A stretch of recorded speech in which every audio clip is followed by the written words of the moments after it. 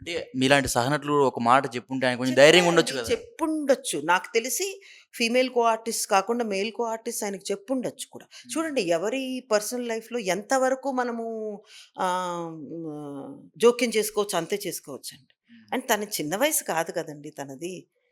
ఎదుటి వాళ్ళు చెప్తే నేర్చుకునే వయసు కాదు. సో, కొంతవరకు చెప్పగలమండి. ఆ తర్వాత వాళ్ళు డిసైడ్ చేసుకోవాలి. ఎందుకంటే రేపొద్దున ఆహ్, ఏమంటారు మనం వెళ్ళే మార్గం మనం చేసుకునే పాత్ అనేది మనకు ఏం తెచ్చిస్తుంది వెనక్కని ఆలోచించుకొని ముందుకు వెళితే హ్మ్. బావుంటుంది. అంటే వాళ్ళు ప్రయాణించే కారు గూడా కొత్తగా అప్పుడే కొన్నారంట. ఒక 2, 3 మంత్స్ బ్యాక్ కొన్నారంట. హ్మ్. హ్మ్. సో, అవి గూడా లోన్‌లు పెట్టి లోన్ తీసుకొని కొన్నారంట. అంటే వాళ్ళకి ఫైనాన్షియల్‌గా బ్యాక్‌గ్రౌండ్ గట్టిగానే ఉంటారా? లేదా ఎట్లా అంటే చాలా అది ఎలా తక్కువనే ఉంటదా? మాకు తెలుస్తుందండి? హ్మ్. మీరు చెప్పండి. హ్మ్. ఎవరో కో ఆర్టిస్ట్‌లు అంటే అందరూ కూడా ఇప్పుడు ఈ అంటే ప్రొఫెషన్ అనే కాదు. మీకిప్పుడు మీకు అర్థమైతుంది కదా! ఇప్పుడు సపోజ్ మనం వాళ్ళు ఇష్టపడ్డారు. ఒక సెట్‌లోకొచ్చాం. కారు కొనుక్కున్నారు. సెట్ సెట్ వాళ్ళకి లోన్‌లున్నాయి. వాళ్ళెలా తీర్చుకుంటారన్నది నాకెలా అట్లా తెలుస్తది? మనం సెట్‌లోకొచ్చినప్పుడు చెప్తా ఉంటారు కదా! అవన్నీ వాళ్ళ నాకు ఫీలింగ్స్ తెలీదు. వాళ్ళు చెప్తా ఉంటారు. ఇట్లా ఎవరు అక్క మాట్లాడరు. ఇప్పుడు మిమ్మల్ని ప్రేమగా ఆహ్, అహా! అక్క అని పిలిస్తే, హ్మ్. పిలిచినంత మాత్రాన ఈ విషయాల్ని అండ్ లాస్ట్ మేము ప్రేమగా ఆహ్, నీరజ అక్క దగ్గర అయ్యో! దగ్గరకొస్తారు. చాలా ఇదిగా ఉండేవాళ్ళం. అలా వచ్చినప్పుడు ఆయన బాధలు కానీ కానీ లాస్ట్ 3 ఇయర్స్ మేము పెద్దగా కలిసి వర్క్ సరే చేయలేదండి. అప్పట్లో అయినా సరే ఆయన బాధలు కానీ, లేకపోతే ఆ సంతోషం గాని మీకు వ్యక్తపరిచేవాళ్ళా? హ్మ్. అంతగా మాట్లాడుకోలేదండి ఈ విషయాలన్నీ. 'అల వెంకటాపురం' అనే సీరియల్ అయిపోయింది 2022 బిగినింగ్‌లో. ఓకే. కరోనా లాస్ట్‌లో ఆల్‌మోస్ట్.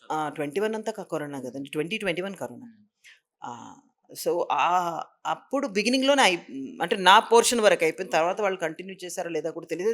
తనది గూడా అయిపోయినట్టుంది రోల్. హ్మ్. ఆ తర్వాత ఇంకా వేరే ప్రాజెక్ట్స్ చేసినప్పుడు ఏమవుతుందంటే అండి, మేము ఒక ప్రాజెక్ట్ చేస్తున్నప్పుడే హ్మ్. వాళ్ళతో కొంచెం టచ్‌లో ఉంటాం. ఓకే. తర్వాత ఎంతైనా కూడా ఆ ఫ్రీక్వెంట్‌గా ఉండే ఇది ఉండదు. ఎప్పుడో ఒక 4 మంత్స్‌కొకసారి ఎలా ఉన్నావు ఏంటని హ్మ్. మాట్లాడడం జరుగుతుంది. హుహు. హ్మ్. అంతే. సో, ఇప్పుడు మీరు ఈ అంటే ఆ పవిత్రగా చనిపోయిన తర్వాత మీరు చాలా వార్తలు చూసే ఉంటారు. ఆమె చనిపోయింది, డిప్రెషన్‌లోకెళ్ళిపోయాడు ఇంకిట్లా.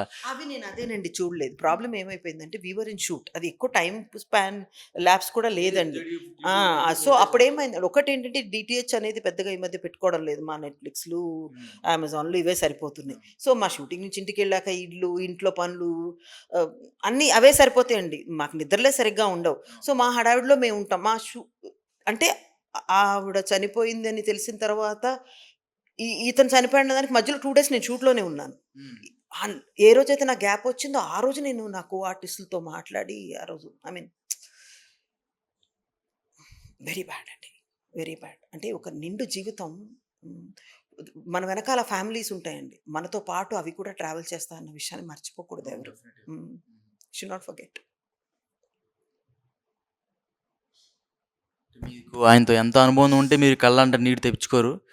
సో, అంత అనుబంధం ఉంటే మాత్రం ఆ బాధ మాత్రం మీకు బయటకొస్తది. మీరైనా సరే చెప్పుండాల్సింది చూసి సమయంలో ఆ 2, 3 రోజుల గ్యాప్‌లో. లాస్ట్ అప్పుడు మేము వి వర్ ఎట్ వర్క్ అండి. ఇన్‌ఫాక్ట్ అంటే ఇలా అవుతుందని ఎవరు ఊహించరు కదండీ!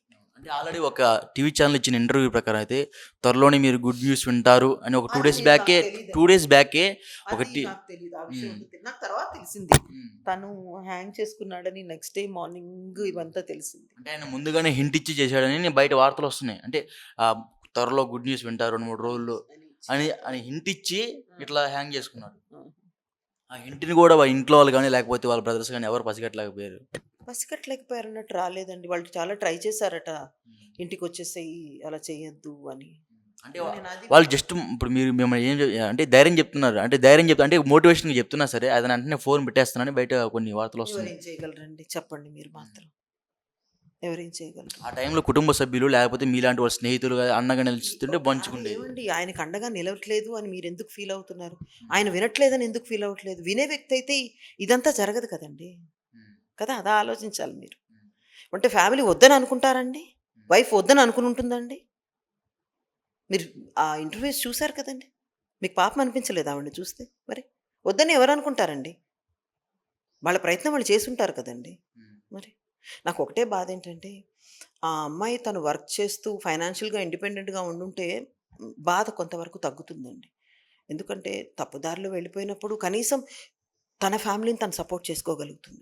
అవును. ప్రతి ఒక్కళ్ళు కూడా అలాగే ఉండాలి. హ్మ్. ఇప్పుడు సమాజంలో వచ్చే మార్పులు చూస్తుంటే ఎవరికి వాళ్ళు వాళ్ళని వాళ్ళు సపోర్ట్ చేసుకోగలిగేలా ఉండాలి. హ్మ్. అది హస్బెండ్ అయినా, అత్తమామలైనా, తల్లిదండ్రులైనా, సిస్టర్స్, బ్రదర్స్ అయినా ఎవరి మీద డిపెండ్ కాకుండా వాళ్ళ కాళ్ళ మీద వాళ్ళు నిలబడితే కొంతవరకు బెటర్‌గా ఉంటుంది. అందరూ కూడా అది చేయగలగాలి. నేను అది ఆడవాళ్ళని అనట్లేదు, మగవాళ్ళైనా సరే. ఎవరైనా కూడా ఇలా ఫ్యామిలీస్ బ్రేక్ అయిపోయి ఇన్ని నాశనాలు జరుగుతున్నప్పుడు కొంచెం వాళ్ళకి ఊరటుంటుంది. దేనికి కూడా ఎవరి మీద డిపెండ్ అవ్వకుండా ఉంటే కనీసం ఆ రకంగా బాధుండదు వాళ్ళకి. ఓకే. ఈ ఈ ఈ ఏరియాలో మనం కొంచెం స్ట్రాంగ్‌గా ఉన్నాం. ఓకే. ఫైన్. ఫైనాన్షియల్‌గా మనం స్ట్రాంగ్ ఉన్నాం. లేదా మనకు ఒక కెరియర్ అంటూ ఉంది. మన మన ఫ్యామిలీని మనం హ్మ్, ఆ రకంగా కాపాడుకోగలం. ఈ రకంగా బాధ ఒకటే మిగులుతుంది. అన్ని రకాలుగా బాధపడ్డ ఫ్యామిలీస్ ఇలాంటి విషయాల్లో చాలా ఉన్నాయి.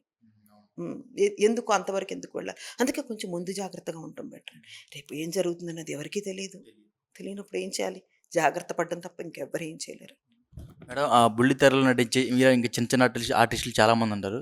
సో, వాళ్ళు ఇలాంటి ప్రయత్నం చేసే ముందు చేయకుండా ఉండడానికి మీరు ఎలాంటి సజెషన్స్ ఇవ్వగలుగుతారు? నేనిచ్చేదేంటంటే ఇప్పుడు ఇప్పుడు ఇలా చేస్తున్నారు అన్నవాళ్ళు చిన్న పిల్లలు కాదండి.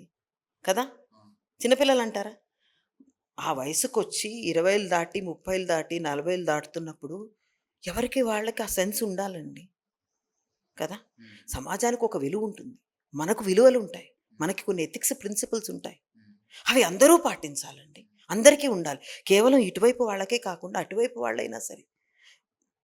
ఎ ఎక్కడైనా చూడముచ్చటగా ఉంటుందంటే ఒక పెళ్లి కాని వాళ్ళు ఇష్టపడి పెళ్లి చేసుకోవడం అనేది చూడముచ్చటగా ఉంటుంది కదండీ! అవును. అదే కదా సమాజంలో మనం చూడడానికి బాగుండేది. అవును. ఇలాంటివి కాదని అనుకుంటా. హ్మ్. మనం ఇష్టం అనేది ఏముందండి ఒక 10 నిమిషాలు ఎవరి మీదైనా కలిగితే ఒక్క క్షణం ఆగి ఆలోచించాలి. అతనికో, ఆమెకో ఒక ఫ్యామిలీ ఉందేమో, మరి ఆ ఫ్యామిలీ ఉన్న వ్యక్తి నా వాడు కానప్పుడు, నా మనిషి నాకు సంబంధించిన మనిషి నేనేం చేస్తున్నాను ఈ మనిషితో అన్న జ్ఞానం మనకు ఏడవాలి గదండీ! ఏడవక్కర్లేదంటారా? డెఫినెట్‌లీ. మరి అక్కడ క్షణం ఆగి ఆలోచించాలి. పొద్దున్నుంచి సాయంత్రం దాకా మనం ఎంత పర్సనల్ స్పేస్‌లో కలిసి వర్క్ చేసినా ఎండ్ ఆఫ్ ద డే ఇంటికే ఎళ్ళాలండి. డెఫినెట్‌లీ. ఆళ్ళింటికి, ఈళ్ళింటికి ఎళ్ళిపోం గదండీ మనం. హ్మ్. హ్మ్. ఆ జ్ఞానం ఉంటే అవును. సరిపోతుంది. మేడం అది గాక ఇప్పుడు ఆమె చనిపోవడం వల్ల అవతల ఫ్యామిలీ బాగా డిస్టర్బెన్స్ అయ్యారు. వాళ్ళు చిన్న చిన్న అయ్యుంటారండి. పిల్లలు వాళ్ళు ఆ అమ్మాయి గూడా వాళ్ళ కూతురు ఎవరైతే ఉందో చాలా అంటే ఒక మీడియం ఒక 8-9థ్ క్లాస్ స్టాండర్డ్ అమ్మాయి. వాళ్ళ అబ్బాయి అంటే కొంచెం పెద్ద అబ్బాయి. యువతల పక్క వచ్చేసరికి చిన్న చిన్న పిల్లలు. అలాంటి చిన్న పిల్లలకి ఇప్పుడు ఎవరు మేడం అండ? వాళ్ళ వాళ్ళ ఫాదర్ గూడా కొంచెం ఫైనాన్షియల్‌గా లోగా ఉన్నారు. అదే అంటున్నానండి నేను. ఇలాంటివి జరగకుండా ఎవరికి వాళ్ళు ఆలోచించుకోవాలండి. హ్మ్. ఇవేముండేయండి ఈ అట్రాక్షన్స్ అనేవి ప్రతి చోట జరిగేవి. హ్మ్. ఒక క్షణం ఆగి ఆలోచించితే హ్మ్. ఇలాంటివి జరగకుండా ఉంటాయి కదండీ. హ్మ్. హ్మ్. సో ఏముందండి వాటి వెంట పడిపోవడం ఎంతసేపు? ఎవరైనా వెళ్ళిపోవచ్చు కదా! ఆపేదెవరిక్కడ? హ్మ్. లేదు. మనని మనమే ఆపుకోవాలి కదా! ఆ విలువ మనకుండాలి కదండీ. సో ఆయనకేమన్నా ఇష్టమైన ఫుడ్ ఏమన్నా మీకు ఐడియా ఉందా మేడం? అలా ఏం లే మేము యాక్చువల్లీ ఆహ్, అల వెంకటాపురం అయితే జనరల్‌గా చాలా వరకు కూడా కలిసే భోంచేసేవాళ్ళమండి. 1 ½ ఇయర్ చేసాం ఆ ఓకే. సీరియల్. 1 ½ ఇయర్ చేశారు. ఆ! ఆహ్, న కాబట్టి I feel very very bad అందుకనే దట్ బాగా ఎమోషనల్ అవుతున్నారు అహా! మీరు. నేనింకా హ్మ్. అంత ఎమోషనల్ ఏం కాలేదులెండి. హ్మ్. It is very sad. That ఎంతో లైఫ్ అంటే ఎన్నో ఆశలున్న వ్యక్తి ఇలా చనిపోవడం అనేది హ్మ్. హాఫ్ వే త్రూ చనిపోవడం చిన్నతనండి. పెద్ద వయసు కూడా లేదు అతనికి. హ్మ్. దౌర్భాగ్యం అంతే. సో ఫుడ్ ఆయన హ్యాబిట్స్ ఎలా ఉంటాయి? మీరు కూర్చొని తినేవాళ్ళన్నారు అంతకంటే గదా! లేదండి. ఇష్టంగా తినేవాడు. ఆహ్, ఆహ్, వర్కౌట్ బాగా చేసేవాడు. హ్మ్. కెరియర్ బాగుండాలనుకునేవాడు. చాలా చేయాలి లైఫ్‌లో అనుకునేవాడు. ఎన్నో ఆశలున్న వ్యక్తి. హ్మ్.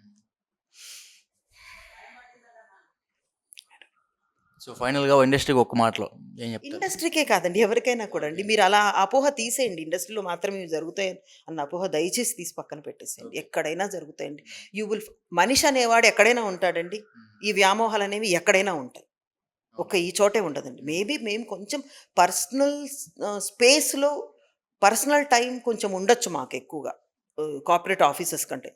దట్ డజంట్ మీన్ దట్ వీళ్ళే అలా ఉంటారు. వేరే వాళ్ళు ఉండరని కాదు. ఎవరికైనా కూడా మనని మనం ఒక్కసారి సరిచేసుకోవాలి. ఆలోచించాలి. మనం వేసే అడుగులు ఎలా ఉన్నవి? హ్మ్. మన వల్ల మనకే కాకుండా ఎదుటి వాళ్ళకి కూడా నష్టం జరుగుతుందా అని.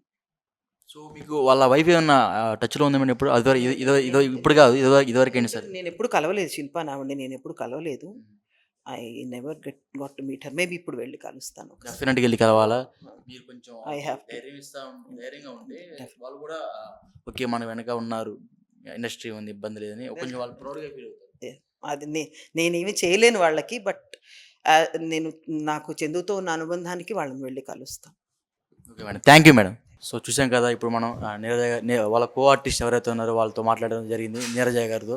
సో మనం చూసాము ఆమె కూడా చాలా ఎమోషనల్గా మాట్లాడడం జరిగింది. సో ఇప్పటికైనా సరే ఇట్లా చిన్న చిన్న వ్యామోహాలకు కొంచెం దూరంగా ఉండాలి అని ఆమె చెప్పడం జరిగింది. సో కెమెరామ్యాన్ ముఖేష్తో గోపి, రెడ్ టీవీ.